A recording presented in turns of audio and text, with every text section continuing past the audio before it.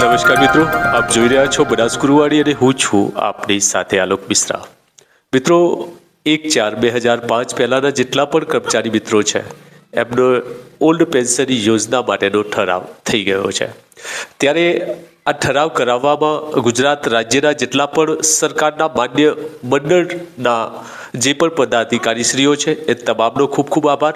અને જે old pension યોજના માટે જેમણે લડત આપી છે એવા તમામ શિક્ષક મિત્રો અને કર્મચારી અને અધિકારીશ્રીઓને ખૂબ ખૂબ અભિનંદન છે।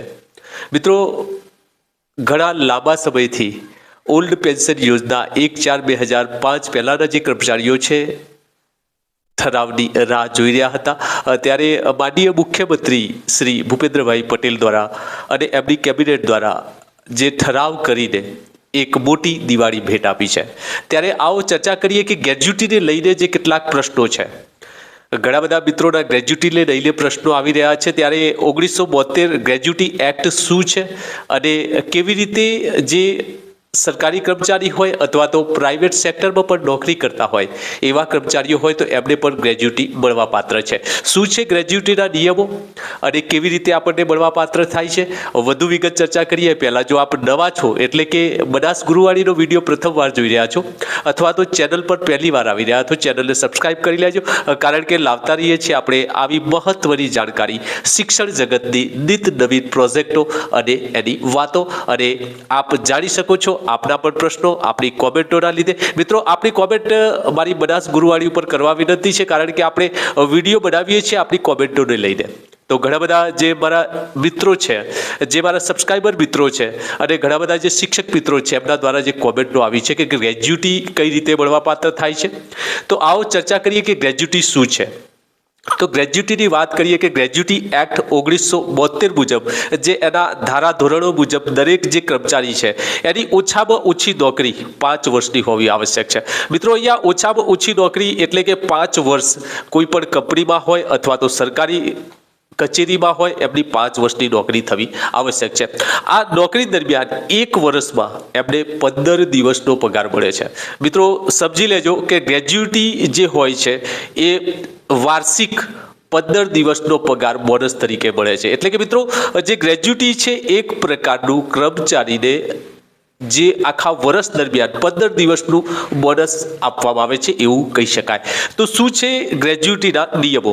તો આમ તો જોવા જઈએ તો ગ્રેજ્યુટીની અંદર જે ડીએ અને બેઝિક બંને મળીને જે ટોટલ થતું હોય છે એને ગુણ્યા 15 એટલે કે 15 દિવસનો પગાર અને ગુણ્યા કેટલા વર્ષ, એ જેટલા વર્ષ હોય એટલા વર્ષ અને ભાગ્યા 26 દિવસો। મિત્રો, આપ સૌ જાણતા હશો કે 4 રવિવાર બાદ કરતા મોટા ભાગના જે મહિનાઓ હોય છે એની અંદર 4 રવિવાર આવે છે અને આ 4 રવિવાર બાદ કરતા 26 દિવસનો મહિનો ગણવામાં આવે છે। તો આ સમગ્ર જે પ્રક્રિયા છે એને ટોટલ 26 દિવસ ભાગવાના થાય છે અને એ પ્રમાણે એમને ગ્રેજ્યુટી ચૂકવવામાં આવતી હોય છે।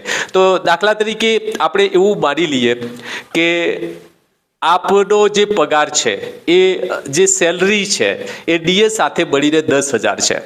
તો 10,000ના આપણે જોવા જઈએ તો વર્ષના જે 15 દિવસનો પગાર એટલે એક મહિનાનો પગાર આપણો 10,000 હોય તો 15 દિવસનો પગાર 5,000 થાય છે। એટલે એક વર્ષના આપણને 5,000 મળવાપાત્ર થાય છે અને જેટલા દિવસ આપણે નોકરી કરી હોય, જેટલા વર્ષ નોકરી કરી હોય છે એના ગુણાંકમાં આપવામાં આવે છે।